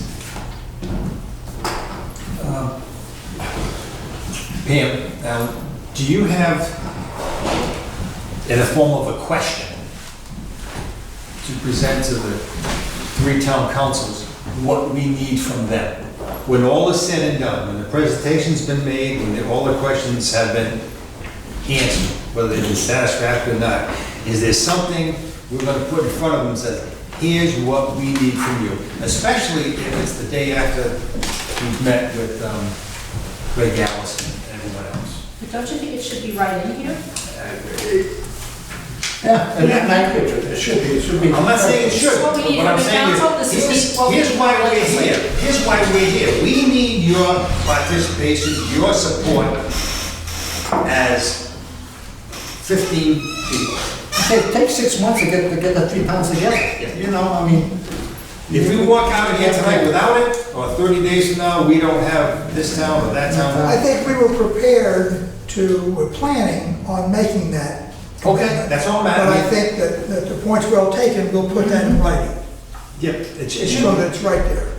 And then if there's something, if you have something already prepared, and then based on the meeting of the 15th, you want to rewrite it and add to it, here's how our meeting was, Well, you know, I can- whatever, you know, I highlight. can remember a meeting in Warren Town Hall where Senator Feelike, and then there's question why you can't dot the i's and cross the t's. And he explained that. He did. This is, He did. this is how the system's work. He did. I can't tell you, but the 1 minute before 12, things are happening. Yeah. The best I can tell you is that, and it was unacceptable.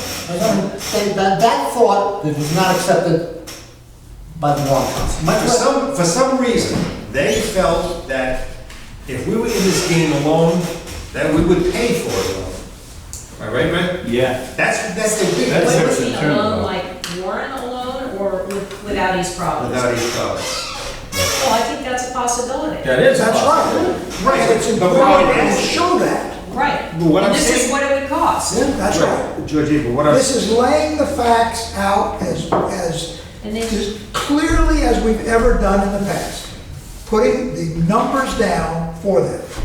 What I'm saying is basically that we didn't ask them to give us anything except their support. right. That's exactly right. That's all we wanted. We're not even gonna- As the information comes, we'll go for it. We didn't ask anybody to write us a check. We didn't Right. say, oh, okay, March, Right. you know, March 1st, everybody's rates up 20%. We just wanted their support, and they were afraid that by giving it without anything from East I Providence, think we need to make clear that, look, worst case is if you want an alternate supply and there's a 30-inch pipeline, it's gonna cost $8.18 if nobody else pays, correct. period. And again, we're only mentioning Warren Town Council because that's the way they felt. We're not saying anything out of school, we're not saying anything wrong. No, but that's how it stands right now. As we're discussing it, that's how it stands. It hasn't changed. They haven't said we support, we're united. Correct. And until that happens, You know, you go in there with all these reports, all these plans, engineering studies, all this stuff, we've done our homework, here it is, this is what we've done. And then say, gee, but so-and-so stopped me on the street the other day and he said he doesn't think that's right. What are we supposed to, what kind of answer are you supposed to give him? What I would ask him, well, what Yes. homework has he done? No, but that doesn't make any difference. He's a taxpayer on the street. Sent them to him. I don't think they know what they're doing. I think they can look into other avenues. I've looked at it, and they stopped. How do we get from where we are tonight on August 26th to a finished, polished, compelling presentation when you're meeting with the legislators on the 15th of September? Well, we're gonna polish this anyway, before we meet with them. Some of the information can be put up front. All the repackaging of the detail can be put, the necessary pieces in the front. The other supporting stuff depends on what they ask. No, I understand that, Alan, but us, to me, consists of more than you and Pam. Then we have another meeting. We call another meeting here for us to come in and Am look I at it. That's all. unique in this? Am I the only person who doesn't think that this is? no, you're not unique. You're not unique. But I can tell you historically what's happened, Georgina, is that person that's our chair, doesn't withhold the information. And Pam's been on board for 3 years, so if you think that he's sitting there holding something back, No, I'm not saying that at all. that's not the case. I'm just I'm for just saying, I clarification. think this message is muddled. Great, we got that, but we can't do it by email. So we have to call, we can call a meeting next week. We schedule a meeting. Or I'm going to you can report- appoint a subcommittee. Yes. You can Those are put a your subcommittee, options. you You can either have can a full distribute meeting this electronically, Or have a so those of us subcommittee, who care can help 3 you people, with it. and do a notice on that, or 4 people. It's not that difficult to put together. I mean, we just threw everything together to try and get as much information as we could in the packet. I agree it definitely needs to be a lot clearer. It won't take that long. I have some time next week. The week after, I'm on vacation. So we do have to get it done next week. I'd like us all to be involved, not a subcommittee. Listen, you cannot circulate it by, you No. absolutely cannot, but I just heard, you cannot circulate this by Excuse email. me, I can't get this electronically? You We could- can't comment on it, but we can certainly receive it. You could get it electronically. Right. You could give your comment back to Pam. I get really Yes. nervous about No, we what, can't I do it like cannot this. do this Now, reply all. I understand that, Just but we can wanna- have a meeting next week, Yeah, at which time we show the results of the repackaging. That's all. Well, what most important meeting is, Well, that's easy. your for me to meeting, say. you're trying to set up a meeting with the legislators on the 15th. What you've got to be able to tell the legislators on the 15th, my opinion, is that the 3 towns are united together in finding alternatives. What we're gonna be telling Because them is that if the you can't tell them next on the night, 15th, we're telling them that the next night is when we're asking the 3 towns to give their support. That's what we're gonna be able to tell them. All right. And that's a matter of the scheduling. We have tried so hard to set the time for this. We wanted this, what, 6 weeks In ago? April. Okay, So you're gonna get one shot at it, so, I mean, that's, so we'll have to tell them, look, tomorrow night, we're meeting with the 3 councils, and the item on the top is, we want their support. This is what we're showing them. This is where we are. This is what we want to do. We've got to meet this next round of legislation and state bonding. I like the fact that Rowena has offered to sit down with Pam and pass back and forth thoughts. Maybe that can be turned into a subcommittee meeting, or if others have their thoughts and views on this. Yeah, but I want everybody But if you do to that- agree or not agree before the thing is finished. sure, I understand And that. that's going to take a meeting for people to know that. I understand that. That's very gracious of Georgina to do that. And I think Pam is receptive. If to next that. week is a good time, And, apparently it is, I guess. Well, I mean, you don't have much time, because you're on vacation the week before this presentation, right? Yes. So the presentation to the legislature is the 15th of September, which is a Tuesday. So you're saying, and next week is the week of September 1st.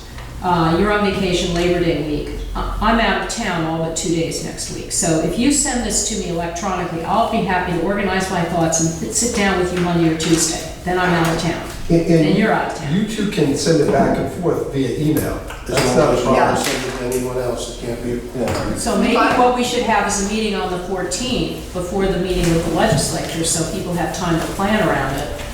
And make any last minute changes and get the board to agree that this is 14th is what day? it's a Monday. It's Monday. I'm coming back that day. So I'll be there. I won't be in till 15th, Your meeting on the 15th is what time? 5:30. 5:30.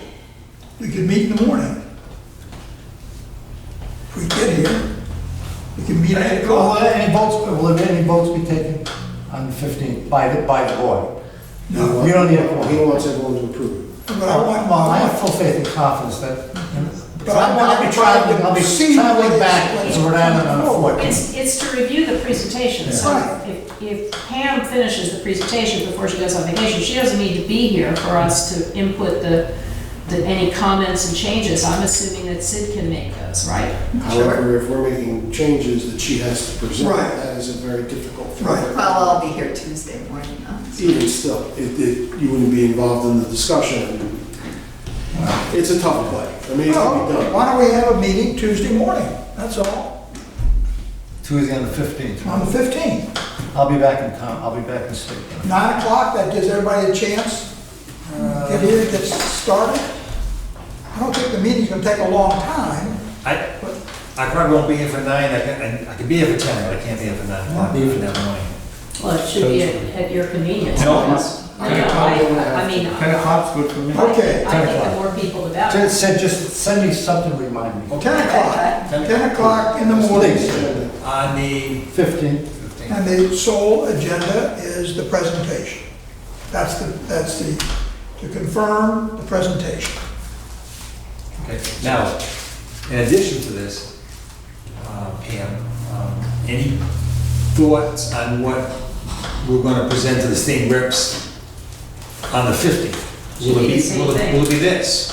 Should be the same thing. Yeah, It's the same thing. essentially- We may have a little more stuff because they may not be as familiar with some of the detail Okay. as the councils are. Okay.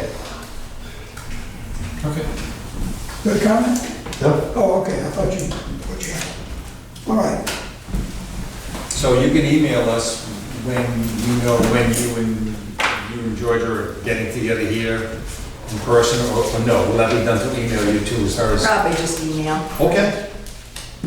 I don't personally think so, Pam. You know, if you send this to me, I would be happy to go through it and come with my thoughts and sit down with you. But I don't think That's that fine. going back and forth by email is a productive way to do this. Some of those might you have just to be sit a down and finished, talk. some of those might have to be a finished product Exactly, before you go on vacation, where exactly. it's visible. Right, and I am in town Monday and Tuesday, and I have a lot of things scheduled, so let's figure out when we can sit down. If you get this to me, I'll get the work done before I sit Give down. me a call. Okay, next item, Warren Little League. Why is that here? Play ball, John. Season's over. This was continued from last meeting. Missed this. John was going to speak with the president of Warren. I have not found him, seen him, or anything, So that's so I can report no progress. continued. Well, I don't know if we want to continue that. Okay, what will we? Well, aren't they supposed to be paying? Well, that's what I'm asking. Joe, you have a... Can I give an update? Sure. Yeah. They did make a payment on August 11th, which was for their June 30th bill. However, we still do not have a signed arrangement. Consequently, I have not put through the adjustment, which was approved, and the account is accruing interest and late fees because of that. Also, there was another payment which was due to go back to March. It's not included in their payment arrangement, so that is the outstanding payment. So we have two issues outstanding. One small payment of just under $72 and a payment arrangement, a signed payment arrangement that we have not received. What would be the normal That's the question. procedure going forward if this was ABC rent? Essentially, if they haven't signed the agreement, they're back to what would normal payment. I think that's what we should do. Is there any other group that we would go to this length to accommodate? And profit or non-profit? Is there any other group? We've bent over backwards. We have done everything that we could possibly do. They haven't signed the agreement. I mean, then we paid them a better deal than... I think we send them a letter saying we've been waiting for you to sign the agreement, you haven't. If we don't get it back and signed by September 1st, we will go forward with charging you what we had agreed to. Does the shutting off the water come in play here? And shutting off the water comes in play. And we're at the risk now of setting a very dangerous precedent. Because if word gets out that this can be done, who No, won't do it it? can't be done. It can't be done. Then we have to address it. I would just get a letter out tomorrow and, we've done nothing wrong, so we have nothing to feel In guilty. fact, we've gone over and beyond Yeah. what we had to do to accommodate. They've been given enough time. We don't need to He's vote on been that, right? notified a number number of times. He said he will come and bring it in. Just let staff handle it. That's Well, I all. guess Joe will be in touch with your them. intention is right. We do what we normally do. Okay, OPEB discussion. Okay, first, I'd like to apologize to my subcommittee. I couldn't contact either of you because it would be breaking the laws. It's a three-person committee. If I talked to either of you, then it would have been Not if you're asking to set up a meeting. right, but I wanted to have this discussion. I went to Mark and had a meeting with him, and Mark informed me that he did not have the numbers available yet and would have the numbers available next month, and I want to have the meeting before the next meeting based on this discussion. And I have thought about it, and I have an idea, and I want to bounce it off everyone of where my thinking is at. You can tell me I'm a lunatic, it's okay. In short, our pension, we did very well last year. We put in a conservative assumption of 6.25, we came in at 7.79. They're recommending 7.5, I would still come in at 6.25. The 10-year S&P is 6.4, I agree with you, 6.25 would make sense. I would say 6.25, but what I would do further, and this is where it gets a little dicey, our pension is funded at 89.4%. There is not an agency in the state of Rhode Island that wouldn't dream of having a pension funded at 89.4%. We are in great shape. We had a very good year relative to the 6.25%. I would suggest, and Mark can prepare the numbers before the next subcommittee meeting, that we take the surplus in excess of the 6.25 in the pension, reduce this year's contribution to the pension by that amount, and take that amount, and instead of putting it into the pension this year, because we are so strong and because we had a very good year, put it into the OPEB trust account, which will not solve the problem, God knows, but it will move us in a positive direction. Again, put us ahead of everyone else. But we're continuing to accrue OPEB liabilities for non-union employees. We are, and that's an issue that you can discuss, because that's not what I'm dealing with in this. The virtues of it are, there's no cost to the ratepayer. Excuse me, just a one-year deal. 1 year deal. And if we have another year, we do 9.2%, we can look at it then. But 1 year deal, we have a surplus in an account that's strong, with an account that's significantly underfunded. Mark makes whatever his normal contribution was going to be to OPEB. We supplement that with the surplus that we have in the pension, cost ratepayers nothing, doesn't hurt our pension fund, which is extremely well funded. It helps our OPEB fund, which is significantly underfunded, though everyone is underfunded, as you pointed out at the last meeting. It doesn't solve it, but it moves us in the right direction. It does something proactive.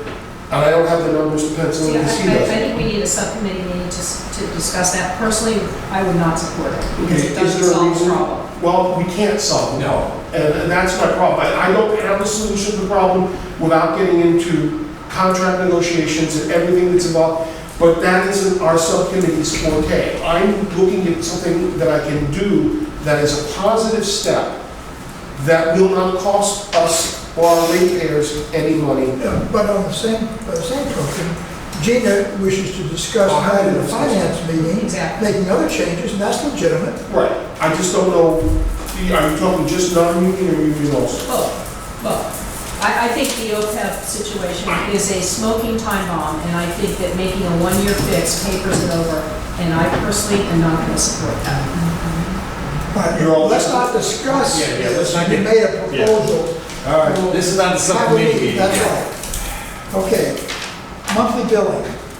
Bill Gosselin. Okay, I believe that we've talked about this slightly in the past when we talked about the new computer system. So I would like to know if, to Pam, Joe, and Mark, if you have information which would support us pursuing monthly billing, that would be a benefit to the water authority and a benefit to the ratepayer. And if the answer is, here's what it would be, but here's what the cost is, so I'm just looking to throw it out there and start a dialogue, see if there's any merit to possibility in January 1st or maybe the next fiscal year. Essentially, it's a yes and no question. It's definitely got pros and it has cons. Mark's been looking into some of the costs involved. Obviously, it's more costly to bill monthly.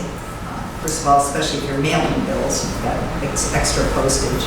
You've got the bank fees for processing the checks, the additional staff time, which as far as labor is concerned, would not be an extra cost. And so we would not be obviously hiring extra people in order to do it. We fund that out, I mean, we fund that out, don't we, for the bill? Part of it. Part of it. But it still involves more customers coming into the office, more often, more phone calls. So it does involve more staff time, more processing of the meter readings, the bills, more information and so on. So there is more work involved and more costs involved. But then you have to look at the balance as it's much more of a convenience to most customers. There are a few that don't want to go to monthly billing. But most customers we spoke to do want to see a monthly bill. It makes it easy for them to maintain their own billing processes at their home and keeping track of their funds. It's beneficial to us to have more of a constant supply of income instead of having that income every quarter. It's What a about monthly commercial, basis. what about commercial development? Our commercial accounts are billed monthly already, our larger commercial accounts. Do we let people do an auto pay right now? We do have a few. It's not a lot. So it's possible, but you can't do an ACH transfer. You have to, so, ACH not at this time, but that's our next goal. And we plan on issuing an RFP for banking services in the next quarter, would you say? And once we get our banking affiliation established, that our next goal will be to institute some type of ACH process. Bill, would you be receptive to have Pam put the pros and cons in paper so that we all have a copy of that? that would be good. We can keep it on the agenda for future discussion. Sure. But I'd like to be able to look at the pros and cons and And I think it would be good to wrap the ACH discussion into Yes, that, yeah. because that's much more useful for customers than Thank you. charge. But our biggest issue overall is our metering system. We've got 6,000 meters that are antiquated and no longer supported. So actually, we had a proposal out for a request for information for a new meter system. We actually spent all day today interviewing meter providers and looking at the different options available and the types of meters and what they can provide. So we're looking at setting up essentially what we have now is a drive-by system, but the power is so low, it takes us a very long time to collect the readings. We're looking at a little higher powered system. We could read the entire system within one day, in which case we could very easily go to monthly billing. We can at this time, we're very restricted on manpower to be able to get the meter readings in a reasonable amount of time. So that's our first step, is to institute the new meter program. I think you have all that information. I've got a related question. When I receive my bill, I usually pay it the same day or the next day, but it takes over a month for me to cash it. Seems like you're losing money in cash transfers. I've got one that made As last soon as month the and check- still hasn't been cashed yet. As soon as the payments come in, we process them immediately, so it goes right to our bank. Could be that the bank is holding it, but I can't understand why it would be I monthly. have it sent by my bank directly. Oh, you have it sent by your bank? Yeah. I can't answer. Try to balance my Why? checkbook, it's always sitting out there. I have a similar problem, but if you use a bank to pay a bill they're not online with, they literally do not wire it. And it might take 7 to 10 days after you say to pay it for it to come here. So you might not see it clear for It says the 2 or 3 bank, it weeks. gets listed on their account that it's paid, but nothing, that it's been submitted, Right. but nothing, never clears. But unless they're wired, that it's an account like a utility or a bank or a credit card. I'm sure we're not on a direct wire with a lot of bank providers.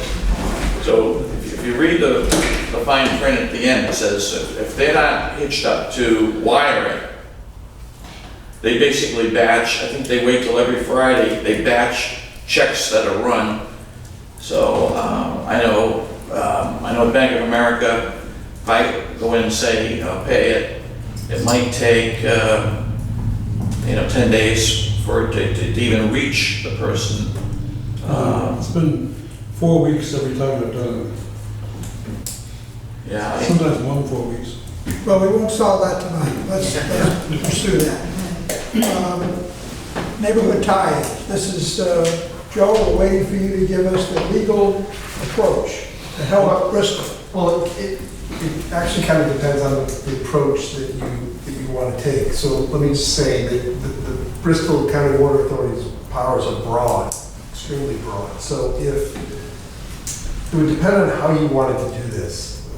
Pam and I talked about this separately. Let's take, for instance, we had a subdivision, we'll call it 10 homes.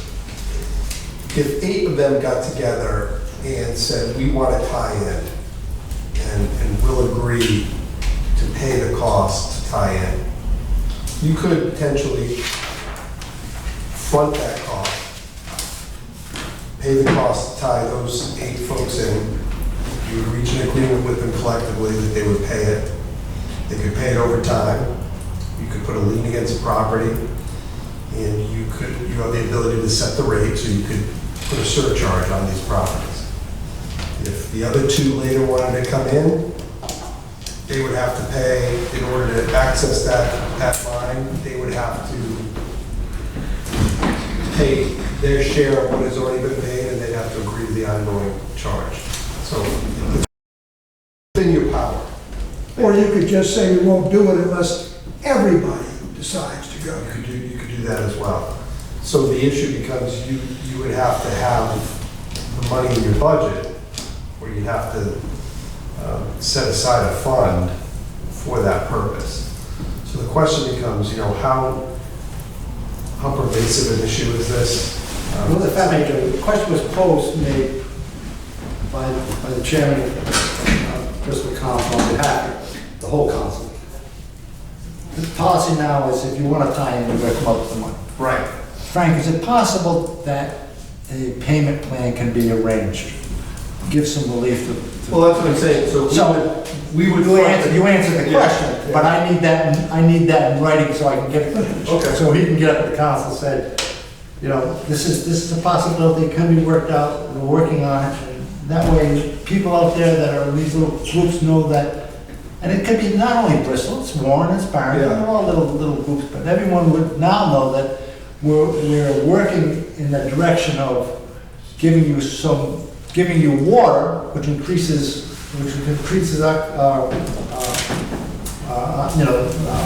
our income monthly, and keeps the rates down. So I'll prepare. Isn't that also a betterment assessment that the town could do? Well, it's clearly something that would be, I think, more efficient for the town to administer. Yeah. So let's say, for we take that same subdivision. If the town is doing work there to either redo streets, sidewalks, sewer lines, it would seem to make some sense for the town to take control of that. But again, I don't know how big of an issue this is. Well, the question was posed, can relief be given? Because right now, policy is, you want to tie in, you got to come up with a 10 Yeah, rate. yeah. And so the question is, yes, it can be with, It's theoretically possible. It's like anything, the devil's in the details. Okay. But I can do a letter. I'll do a letter to Pam. Yeah. that you can- Thank you very much. What's the budget in Bristol? For what? Overall budget? Oh geez, I forget. 25, no. Bristol's budget must be, what, 60, 70 million Probably. at least? So you're working with a lot bigger numbers than we are, okay? And therefore, if you're gonna say you have funds to set aside and then ultimately collect it, subject to liens and so on, it would seem to me that it would more easily more comfortably fall within the financial arrangements. Yeah, but there has to be a policy change on the board's behalf. Well, if they Because our policy- decided to our do it policy as a says- betterment assessment, then we would be hired by their betterment assessment to do the work. It would just be a portion of it. they would pay us, and then they would collect. Yeah. And that way it would go right in the tax bills. The law covers all that. Well, and they would have the authority to say if there are only 2 houses there now, the other 8 have to pay their pro rata share. And that's the second part of it. I don't think we could come in and say, all 10 of you are now paying for this. And they can. And they can. And I think it would be, the other thing too, it's more in the bailiwick because it's also more of a planning issue, Look, let's take a look at what we're gonna be doing in the town, and it's a good idea to get these neighborhoods connected, and they have, as Georgina said, they have a lot more, they can impose it more than we can. But I will be happy to put it on, saying theoretically, within the authority vested in the BCWA, that type of arrangement could be made. But you might add what you just said. And I will, tell you what, I'll do a draft, you tell me if you want the second part. Okay. Appreciate it, thank you. Just to let you know that the Warren Town Council picked up on this in your report when it was brought up. And their concern was, the first thing they asked is, are we going to be subsidizing the Warren ratepayers, are they going to be subsidizing That's a good question. the Bristol, Bristol residents to be tying in, so. Right. All the more reason to do it by town. Yeah. That's a good question. So, Just from our perspective, I mean, what we're saying is we're gonna become a bank and lend money. No. We're not in that business. No, we're not Mark, lending money. nobody's enthusiastic But he- about this. I think we're just answering. I think it would be last resort if we wanted to do it. The betterment assessment's the way to go. The question was posed, I've got an answer. All right. We'll get an answer and then take it from there. There was no board correspondence included. Next, we have, Thank you, Joe, thank you. Yeah, no problem. The item of Providence water rate increase is shown after the executive session. In case you had to vote on anything, and I don't think you will, but leave it there just in case. All right, so we can't take it up now. We have to wait till after the executive session. Smart. All right, so we're going to adjourn for executive session, and then for inter-executive session, we will then come out, and we have one more piece of business on board. We have a 9:23 meeting set, and we also have a 9:15 meeting set. And you may not have any action item, but But we have to let everybody know, and we have to have the camera stand by and come back in, just in case. Okay, so you've made a motion to enter executive session under Rhode Island General Law 4246.52, union negotiations and litigation as well. Providence water rate increase. It's the vote by show of hands. All those to enter, it is unanimous, and that is at 8 o'clock. We'll take a moment, shut things down. There we go, I see a red light. Okay, it's almost 9 o'clock, we have exited. the minutes from executive session. Second. Joel, Gina, seal the minutes. All those in favor, raise your hand. It is unanimous. And now there's no other business before. We've already set our meeting. Next meeting is the 23rd, and we have a meeting on the 15th. Excuse me, you need to address the agenda item for Providence Water. Providence water. There's nothing. Nothing Just there. to say that there is nothing. Just to say Okay. there's nothing. Been taken care of.